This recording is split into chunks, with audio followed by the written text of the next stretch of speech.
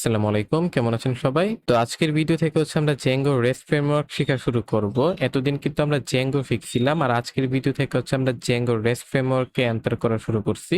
এখন Django REST framework শিখার আগে আমি আপনাদেরকে একটা জিনিস ক্লিয়ার করে দিতে চাই যে Django REST ফ্রেমওয়ার্ক আর Django কোনো আলাদা জিনিস না। আপনাদের মধ্যে অনেকে আমাকে কমেন্ট করে জিজ্ঞেস করছেন বা আমাকে পার্সোনালি মেসেজও করছেন যে আমাদের কি Django REST ফ্রেমওয়ার্ক শিখার আগে কি Django শিখতে হবে কিনা। এখন এটা বুঝে নেন যে Django REST ফ্রেমওয়ার্ক একই। এটা এরকম না যে Django আর Django REST ফ্রেমওয়ার্ক দুইটা একদম আলাদা গ্রহের প্রাণী। দুইটা একই, জাস্ট Django ইউজ হয় ওয়েবসাইট ডেভেলপ করার জন্য, আর আমাদের Django ইউজ করে এপিআই বিল্ড করতে হইলে আমাদের Django REST ফ্রেমওয়ার্ক ইউজ করা লাগে। কিন্তু Django REST ফ্রেমওয়ার্ক কিন্তু behind the scene Django use করতেছে। Django স্ট্রাকচার বলেন, Django লজিক বলেন বা Django একদম বেস কিন্তু Django ইউজ করতেছে। তো Django REST ফ্রেমওয়ার্ক একই, জাস্ট আমরা Django দিয়ে এপিআই বিল্ড করতে পারবো না, কিন্তু Django REST ফ্রেমওয়ার্ক কি করতেছে, Django ইউজ করে আমাদের এপিআই বিল্ড করতে হেল্প করতেছে। এইটাই তো আজকের ভিডিওতে আমরা একদম বেসিক দেখবো যে আমরা কিভাবে একটা প্রজেক্ট সেট আপ করতে পারবো। আমরা প্রথম ভিডিওতে এটা দেখছিলাম, তবে আজকের ভিডিওতে আমরা আবার দেখবো। আর আমরা যেহেতু Django REST ফ্রেমওয়ার্ক ইউজ করব,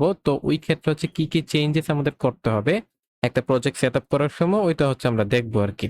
তো চলেন শুরু করি, আর পরবর্তী ভিডিও থেকে আমরা এপিআই বানানো শুরু করে দিব আর কি Django REST ফ্রেমওয়ার্ক ইউজ করে। এখন আমরা একটা ফোল্ডার তৈরি করছি Django টিউটোরিয়াল নামে। এটার মধ্যে আমরা আমাদের প্রজেক্টটা সেটআপ করব। তো প্রজেক্ট সেটআপ করার প্রথম স্টেপ কি? প্রথম স্টেপ আমাদের ভার্চুয়াল এনভায়রনমেন্টটা তৈরি করা। তো আমরা ভার্চুয়াল এনভায়রনমেন্ট তৈরি করলাম, তারপর আমাদের এই ভার্চুয়াল এনভায়রনমেন্ট আমরা অ্যাক্টিভেট করব। অ্যাক্টিভেট করার পরে আমাদের কাজ কি, আমরা Django REST ফ্রেমওয়ার্কটা ইনস্টল করব। এখন Django REST ফ্রেমওয়ার্ক যখন আপনারা ইনস্টল করবেন না, তখন এতে নিজেই Django ইনস্টল করে ফেলবে, কারণ Django REST ফ্রেমওয়ার্ক চলার জন্য Django লাগে, মানে Django REST ফ্রেমওয়ার্কের একটা ডিপেন্ডেন্সি Django। এখন আপনারা যারা জানেন না তাদেরকে আরেকটু বলে দিই, যখন আপনারা একটা পাইথনের প্যাকেজ ডাউনলোড করবেন, দেখেন আমি যখন Django REST ফ্রেমওয়ার্ক নামে এটা ডাউনলোড করব বা ইনস্টল করব, তখন এটা কি করতেছে, এটা এই Django REST ফ্রেমওয়ার্ক চলার জন্য যেই যে আদার্স প্যাকেজ লাগবে ওইগুলো ডাউনলোড করে ফেলতেছে। তো এই দেখেন এখানে কিন্তু দেখা যাইতেছে Django REST ফ্রেমওয়ার্ক ইনস্টল হয়েছে, সাথে Django ইনস্টল হয়ে গেছে, কারণ Django REST ফ্রেমওয়ার্ক চলার জন্য Django প্রয়োজন হয় আর কি। মানে আপনারা Django REST ফ্রেমওয়ার্ক ইনস্টল করবেন আর Django নিজে থেকেই ইনস্টল হয়ে যাবে, কারণ Django REST ফ্রেমওয়ার্ক চলার জন্য এটার Django লাগবে আর কি। এছাড়া আরো আদার্স কিছু প্যাকেজ লাগবে, ওইগুলো এটা ইনস্টল করে ফেলছে। এখন প্যাকেজ ইনস্টল হয়ে গেছে, মানে আমাদের Django REST ফ্রেমওয়ার্ক ইনস্টল হয়ে গেছে। এখন আমাদের কাজ কি, এখন আমাদের কাজ একটা প্রজেক্ট সেটআপ করা।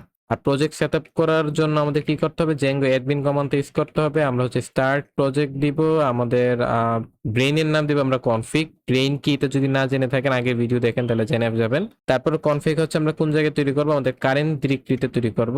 তো আমাদের এখানে তৈরি হয়ে গেছে।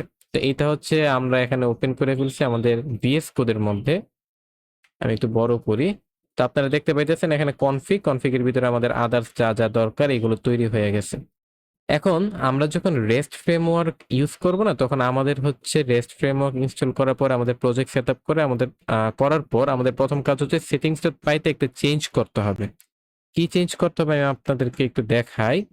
আমাদের করতে হবে কি, এখন ইনস্টল অ্যাপের মধ্যে আমাদের বলে দিতে হবে যে আমরা যে রেস্ট ফ্রেমওয়ার্কটা ইউজ করব, ঠিক আছে?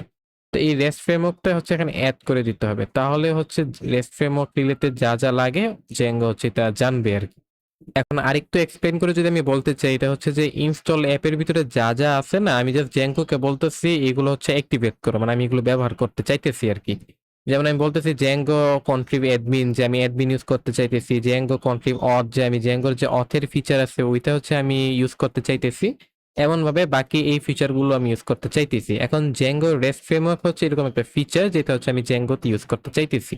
তো এটার জন্য আমাকে বলে দিতে হয় যেন এই রেস্ট ফ্রেমওয়ার্ক নামে যে ফিচারটা আছে ওইটার জন্য অ্যাক্টিভেট করে ফেলে আর কি। এটাই কারণ যে আমি এটা এখানে অ্যাড করতেছি। তো যখন আমি ইনস্টল অ্যাপের মধ্যে রেস্ট ফ্রেমওয়ার্কটা অ্যাড করব, তখনই কিন্তু আমি একমাত্র রেস্ট ফ্রেমওয়ার্ক বা Django REST ফ্রেমওয়ার্ক ইউজ করতে পারবো আর কি, এছাড়া কিন্তু এটা কাজ করবে না। তো আপনারা যদি রেস্ট ফ্রেমওয়ার্কটা এখানে ইনস্টল অ্যাপের ভিতরে না দিয়া রেস্ট ফ্রেমওয়ার্ক বা Django REST ফ্রেমওয়ার্ক দিয়ে কোনো কিছু একটা করার ট্রাই করেন, যেগুলো আমরা পরবর্তী ভিডিওতে দেখবো, তখন কিন্তু এগুলো আর কাজ করবে না। তো যদি Django REST ফ্রেমওয়ার্কের কোনো কিছু আপনাদের কাজ না করে, আপনারা এসে একবার চেক করেন যে আপনাদের ইনস্টলড অ্যাপের মধ্যে যে অ্যারেটা আছে বা ইনস্টলড অ্যাপস নামে যে অ্যারে আছে, ওইটার মধ্যে রেস্ট ফ্রেমওয়ার্কটাকে আপনারা অ্যাড করছেন কিনা। যদি অ্যাড না করেন, Django REST ফ্রেমওয়ার্ক কাজ করবে না। এটা আমি বারবার বলতেছি, কারণ কি, অনেক বিগিনাররা হচ্ছে রেস্ট ফ্রেমওয়ার্ক তার এখানে অ্যাড করে না, অ্যাড না করে হচ্ছে ওরা বুঝে না যে আসলে আমার প্রজেক্ট কেন কাজ করতেছে না, আমি কেন কিছু করতে পারতেছি না, এটা সেটা। তো ওই কারণ হচ্ছে বারবার এসে আগে চেক করেন, যদি কোনো কারণে জেঙ্গো রেস্ট ফ্রেমওয়ার্কের কোনো কিছু আপনাদের কাজ না করে আগে এসে চেক করেন যে রেস্ট ফ্রেমওয়ার্কটা আপনারা এখানে অ্যাড করছেন কিনা। তো আজকের ভিডিওতে এই পর্যন্তই। আমি জানি একদম সিম্পল ছিল, কিন্তু পরবর্তী ভিডিও থেকে হচ্ছে আমরা এপিআই বানানো শুরু করব, তাই আর কোনো চিন্তার কারণ নাই। তো আপনারা এইটুকু আগে প্রপারলি বুঝেন, যদি প্রয়োজন পড়ে প্রথম থেকে ভিডিওগুলো আবার দেখে জেঙ্গোর যে বেসিকটা আছে ওইটা একদম ভালোভাবে আয়ত্ত করে তারপর হচ্ছে জেঙ্গোর রেস্ট ফ্রেমওয়ার্কে মুভ অন করেন। তো দেখা হবে পরবর্তী ভিডিওতে, তার আগ পর্যন্ত ভালো থাকবেন। আসসালামু আলাইকুম।